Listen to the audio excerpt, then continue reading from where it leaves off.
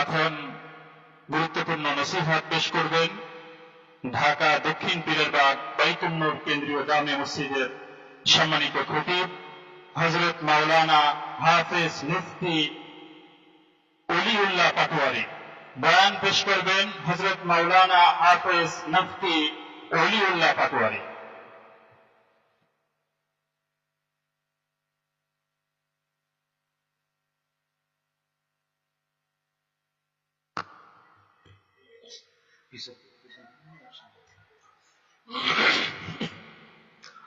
السلام عليكم ورحمة الله تعالى وبركاته.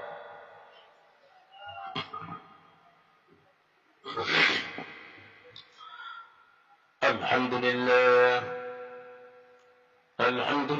الأكرم الذي خلق الإنسان وكرم وعلمه من البيان ما لم يعلم، فسبحان الذي لا يحصى امتنانه باللسان ولا بالقلم.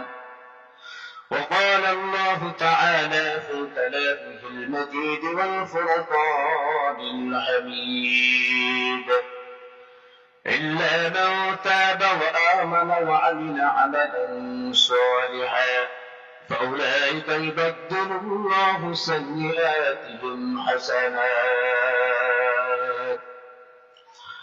عن أسرار بن ياسان المدني رضي الله تعالى عنه قال: قال النبي رسول الله صلى الله عليه وسلم: يا أيها الناس توبوا إلى الله واستغفروه فإني أتوب اليوم 100 مرة. رواه مسلم. हर कहत हर दो आलम नेक नाम सोबत बा अहले दिल बैत मुदाम. एक जमाना सोहबत बा अहले दिल, एक जमाना सोहबत बा अहले दिल, बेहज उम्र सलसलत आदर दिल, जिसमें भुनिया अजबराए मोमिना गुलजार जन्नत भर होए काफिरा.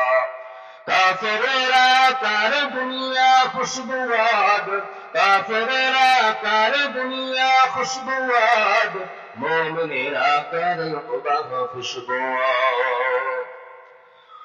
अब सुल्तान मदीना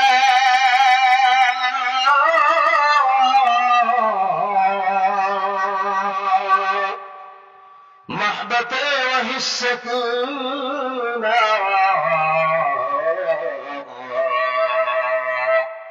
नूर से मामूर सीना, मिश्क से बेहतर फसीना. अम्मा बाद अल्हम्दुलिल्लाह. उपस्थित ঐতিহ্যবাহী চরমনাইল আজকে অগ্রহায়ণের মাহফিলে উপস্থিত সম্মানিত মুজাহিদ বৃন্দ, স্টেজে এবং সামনে আইনা মাসাজিদ উলামা ইকরাম, আসাদিদ ইকরাম সহ পর্দার অন্তর আড়ালের মুহতারামা মা ও বোনেরা, আমরা আল্লাহ সুবহানাহু ওয়া তাআলার দরবারে অসংখ্য অগণিত শুকরিয়া জ্ঞাপন করছি যে আল্লাহ সুবহানাহু ওয়া তাআলা আমাদেরকে রহম করলেন, করম করলেন, দয়া করলেন, অনুগ্রহ করলেন, ভালোবাসলেন। ভালোবেসে আল্লাহ সুবহানাহু ওয়া তাআলা এই চরমনাইল ময়দান, জান্নাতের ময়দানে আমাদেরকে এখানে উপবিষ্ট হয়ে কোরআন এবং হাদিসের আলোকে উসুল তত্ত্বতাত্ত্বিক আলোচনা শোনার জন্য তৌফিক এনায়েত করলেন। বৃত্ত কণ্ঠ অন্তর উজাড় করা ভালোবাসা দিয়ে ঈমানের আওয়াজ পৌঁছে করে সমস্বরে আকাশ বাতাসকে মুখরিত করে আল্লাহ পাকের সন্তুষ্টি চিত্তে সকলেই শুকর আদায় করে বলছি আলহামদুলিল্লাহ। একবার বলে আলহামদুলিল্লাহ। সম্মানিত ভাইয়েরা, আমার প্রিয় হাজিরিন, বাংলাদেশ সহ পৃথিবীর ভিতরে বিভিন্ন জায়গায় অনেক তরিকা রয়েছে। কোন কোন তরিকার ভিতরে যখন মানুষ সংযুক্ত হয় তো ওই জায়গাটা জাহান্নামের জায়গা হয়, জাহান্নামের জায়গায় যাওয়ার উপকরণ হয়। একমাত্র কেবলমাত্র শুধুমাত্র বাংলাদেশ সহ পৃথিবীর ভিতরে যত হক তরিকা আছে জান্নাতে যাওয়ার যে তরিকা, তার মধ্যে অন্যতম হচ্ছে চরমনাইল তরিকা। জোরে বলেন ঠিক না দেখুন, এটি কোরআন এবং হাদিসের সাথে সামঞ্জস্য, ঠিক কিনা জোরে বলেন। তো সম্মানিত ভাইয়ের, আমার প্রিয় হাজিরিন, আজকে আমরা এখানে আসতে পেরেছি আলহামদুলিল্লাহ। এটা আল্লাহ পাকের বড় রহম এবং বড় দয়া, ঠিক কিনা বলেন। সম্মানিত ভাইয়েরা, আমার প্রিয় হাজিরিন, পৃথিবীর ভিতরে আসছি, আমাদের হায়াতের মালিককে চলে বলেন, নবমণ্ডল ভূমণ্ডলের মালিককে, আসমান এবং এই দুনিয়ার বৃক্ষ নদী পাক পাখালি যা কিছু আছে সব কিছুর মালিককে। এর জন্য আমাদেরকে সুস্থার সাথে আমাদেরকে সম্পর্ক স্থাপন করতে হবে। যদি আমার মাওলার সাথে সম্পর্ক না করতে পারি, উপায় নাই। মান আকবালা ইলাইয়া তারাক্কাইতাহু মিন বাঈদ। আল্লাহ রাব্বুল আলামিন বান্দার দিকে ইশারা করে বলতেছেন, বান্দা যদি আমার দিকে যদি একটু অগ্রসর হয়, আমি আমার বান্দা বান্দিকে সামনে যে স্বাগত জানাই, সাদর সম্ভাষণ জানাই। বলেন সুবহানাল্লাহ। মান আ'রাদা আন্নী নাদাইতুহু মিন করিব। বান্দা যদি আমার থেকে বিমুখ হয়, আমার বান্দা যদি আমার থেকে বিমুখ হয়, আমি বান্দার মুখোমুখি যে বসি, আমি বান্দা বান্দিকে যে কাছে ডাকি। বলেন সুবহানাল্লাহ। ইন যাকারতানি যাকারতুক। বান্দা যদি আমাকে স্মরণ করে, আমি বান্দাকে স্মরণ করি। বলেন সুবহানাল্লাহ। সম্মানিত ভাইয়েরা আমার, প্রিয় হাজিরিন, আমাদের জীবনটা পাপের ভিতরে লিপ্ত হয়ে গেল। পাপাচার, অনাচার, অত্যাচার, কামাচার, ব্যভিচার, দুরাচারে আমাদের জীবন শেষ হয়ে গেল। পাপে পাপে আমাদের অন্তরটা নষ্ট হয়ে গেল। আমরা সকলে জানি আমাদের হাতে যদি সমস্যা হয়, পায়ে যদি সমস্যা হয়, আমাদের পেটে যদি সমস্যা হয়, শরীরে যদি কোনো সমস্যা হয়, তাহলে আমরা ডাক্তারের কাছে যাই কি যাই না? বলেন, আমরা তখন দৈহিক ডাক্তারের কাছে যাই।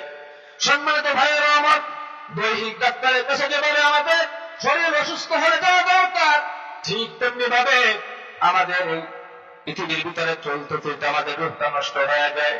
আমাদের রূপটা যখন এরকম ভাবে অচল হয়ে যায়, অচল সচল করার জন্য, আর এরকম ভাবে অসুস্থ রূপটাকে আমাদের সচল করার জন্য, সুস্থ করার জন্য বেশি বেশি আল্লাহ ওলি যারা রয়েছে তাদের সহযোগ দরকার। বলেন ঠিক না বেশি?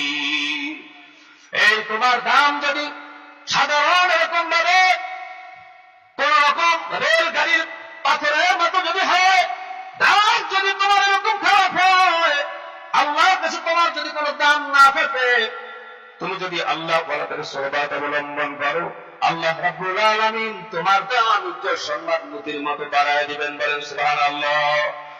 এর জন্য আল্লাহ তাআলা বলেছেন, ইয়া আইয়ুহাল্লাযীনা আমানু তাকুল্লাহ ওয়া কুনু মা'আস সাদিকিন।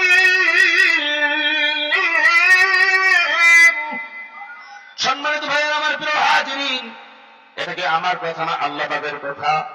জোরে বলেন না একটু কার কথা? আর জোরে বলেন কার কথা? আল্লাহ তাআলা বলছেন, ইয়া আইয়ুহাল্লাযীনা আমানু তাকুল্লাহ। ও ঈমানদাররা, তোমরা ভয় করো, আল্লাহকে ভয় করো। আমরা যদি পুলিশকে ভয় পাই, পুলিশের থেকে এরকম ভাবে আসামি দূরে চলে যায়। সাপকে যদি ভয় পায়, সাপের থেকে আর এরকম ভাবে দূরে সরে যায়। কিন্তু মাওলাকে যদি তার বান্দা বান্দি ভয় পায়, মাওলার সাথে আরো নিবিড় সম্পর্ক স্থাপন হয়ে যায়। বলেন সুবহানাল্লাহ। এর জন্য আল্লাহ তাআলা বলেছেন, ওয়া কুনু মা'আস সাদিকিন। দিনদার নেতা আল্লাহর ওলি যারা আছে তাদের সঙ্গ লাভ করবে। বলেন সুবহানাল্লাহ। সম্মানিত ভাইয়েরা আমার, আজকে চরমাইতে আমরা যারা আসলাম, অনেকে এরকম ভাবে পাপের মধ্যে আমরা সংযুক্ত ছিলাম। আজকে কয়েকটা দিন মনে হয় পাপ মুক্ত আছে, অন্তরটা নষ্ট হয়ে গেছে গুনার কারণে, চোখের পানি আসে না। চোখের পানি চাইলে যদি মাওলার দরবারে ক্ষমা চাওয়া যায়, আল্লাহ তাআলা শুধু মাফ করবেন তাই না, এমন হতে পারে আমি আজকে আল্লাহ পাটোয়ারি, আমার শেখ আজকে মাহফিল হতে পারে, আমার শেখ দিন হতে পারে, আপনারা যারা আছেন আপনাদের আজকে শেখ দিন হতে পারে। কে কখন চলে যাই আমাদের তার কোনো হিসাব নাই, আমরা কোনো বুঝতে পারি না। যেহেতু আমাদের জীবন আল্লাহ পাক দান করেছেন, মৃত্যু আমাদের আছে। বলেন ঠিক না ঠিক? চোখের পানিগুলো ছেড়ে দিয়ে স্মৃতি বিসর্জন দিয়ে জীবনের গুনাহগুলো ক্ষমা করে যদি না চাইতে পারি, উপায় নাই। এর জন্য নবী করিম সাল্লাল্লাহু আলাইহি ওয়াসাল্লাম বলেছেন, মান বাকা মিন খাশিয়াতিল্লাহ হারামাল্লাহ তুকাল আইন আলান নার। বান্দা যদি চোখের পানি ছাড়তে পারে, আল্লাহ জীবনের গুনাহগুলো ক্ষমা করাবেন। শুধু তাই না, জাহান্নামের আগুন হারাম করে দিবেন। বলেন সুবহানাল্লাহ। 70 নম্বর সূরা ফুরকান আয়াতের ভিতরে আল্লাহ পাক বলেছেন, ইল্লা মান তাবা ওয়া আমানা ওয়া আমিলা আমালান সালিহা ফাউলাইকা ইবাদুল্লাহু সাইয়্যাতিহিম হাসানাত। তওবা করে ঈমান এনে যে ভালো করিবে আল্লাহ তাআলা তার আমল ভালো বানিয়ে বলেন সুবহানাল্লাহ। তুমি তো তওবা করতে পারো, আল্লাহ আমি জীবনে অনেক গুনাহ করেছি, এজন্য আল্লাহ তাআলা বলেন কুল ইয়া ইবাদিয়াল্লাযীনা আসরাফু আলা আনফুসিহিম لا تقنطوا من رحمة الله مغفرة ربكم تغفروا যাকে কুফার মুজাই না তাকনাতু। ও বান্দা, ও আল্লাহ পাকের বান্দি, আল্লাহ তাআলা বলেন নিজের উপর যারা জুলুম করেছো, যারা অত্যাচার করেছো, আল্লাহ রাব্বুল আলামিন বলেন যারা নিজের উপর জুলুম করলা, সময় যারা মূল্যায়ন করলো না, সবের কাজগুলি করলো না, নেকির কাজগুলি করলো না, এখন বুঝতে পেরেছো, এখন মওলা পাকের কাছে করেছো, আল্লাহ রাব্বুল আলামিন জীবনের গুনাহ শুধু মাফই করবেন না, পিছনের সকল গুনাহকে আল্লাহ রাব্বুল আলামিন সওয়াবের দ্বারা পরিবর্তন করে দিয়ে আমলনামা আল্লাহ রাব্বুল আলামিন পূর্ণ করে দিবেন, বলেন সুবহানাল্লাহ। সম্মানিত ভাইরা আমার, চোখের পানি ধরে ছেড়ে একটু কান্না করতে পারেন, জীবনের গুনাহগুলি মাফ হয়ে যাবে। হযরত ওমর ফারুক রাদিয়াল্লাহু তাআলা তিনি রাসূলের দরবারে কান্না করতেছেন, নবীজি জিজ্ঞাসা করলেন, ওমর কেন তুমি কাঁদো, কারণ কি? ইয়া রাসূলুল্লাহ, ইয়া হাবিবাল্লাহ, আপনার দরবারে এক যুবক আসছে, তার চোখের পানি দেখে আমি সহ্য করতে পারি না, তার চোখের পানি দেখে আমি কান্না করতেছি। নবীজি বললেন, এখন এই মুহূর্তে যুবককে ডাকো। যুবককে বলতেছে, নবীজি জিজ্ঞাসা করছে, যুবক কেন কাঁদো, কেন অঝরে তুমি কাঁদতেছো, কারণ কি? ওই যুবক বলতেছে, ইয়া রাসূলুল্লাহ, ইয়া হাবিবাল্লাহ, আমি কান্না করছি এর জন্যে আমি অনেক বড় গুনাহ করেছি, জানি না আল্লাহ আমাকে মাফ করবেন কিনা, এর জন্য আমি কান্না করতেছি। নবীজি জিজ্ঞাসা করলেন, বলো কি গুনাহ করেছো? তুমি কি কাউকে হত্যা করেছো? না, হত্যা করি নাই। তুমি কি শিরক করেছো? না, শিরক করি নাই। নবীজি বললেন, আমাকে বলো। কম্পন সৃষ্টি হয়ে গেল যুবকের। যুবক কি বলবে? নবীজি বললেন, তুমি যে গুনাহ করেছো, আল্লাহ পাকের আসমান যত বড়, তোমার গুনাহ কি তার থেকে বড় নাকি? বলে, হ্যাঁ, আমার গুনাহ তার থেকে বড়। কুরসি যত বড়, তার থেকে গুনাহ বড় নাকি? বলে, হ্যাঁ, তার থেকে গুনাহ বড়। এইবার নবীজি বললেন, আচ্ছা, আল্লাহ যত বড়, তার থেকে তোমার গুনাহ বড় নাকি? এইবার যুবক বলল, নবীজি না, না, আল্লাহ যত বড়, তার থেকে আমার গুনাহ বড় না। আল্লাহু আকবার, আল্লাহু আকবার। আল্লাহ তো সবচেয়ে বড় করে বলেন, ঠিক না? দেখি। সম্মানিত ভাইয়া আমার, প্রিয় হাজিরিন, বলো তুমি কি গুনাহ করেছো? যুবক চোখের পানিগুলো ছেড়ে দিয়ে বলতেছি, ইয়া রাসূলুল্লাহ, ইয়া হাবিবাল্লাহ, আপনাকে কি বলবো? আপনাকে ছাড়া আমি কাকে বলবো? ইয়া রাসূলুল্লাহ, আমি 7 বছর ধরে কাফনের যেমন চুরি করি। ইয়া রাসূলুল্লাহ, কয়েকদিন আগে আনসারী এক মেয়ে, তাকে যখন দফন করা হলো, পূর্ণিমার চাঁদ উদ্ভাসিত হয়ে গেল। আমি যখন কাফনের কাফন যখন আমি তার গায়ের থেকে পৃথক করে আলাদা করি, তখন তাকে বস্ত্রহীন করে দিলাম। শয়তান আমাকে কুমন্ত্রণা করলো, কুমন্ত্রণা দিল আমার অন্তরের মধ্যে। আমি ওই আনসারী মেয়ের সাথে আমি কুকর্মে লিপ্ত হয়ে গেলাম, বলেন নাউযুবিল্লাহ।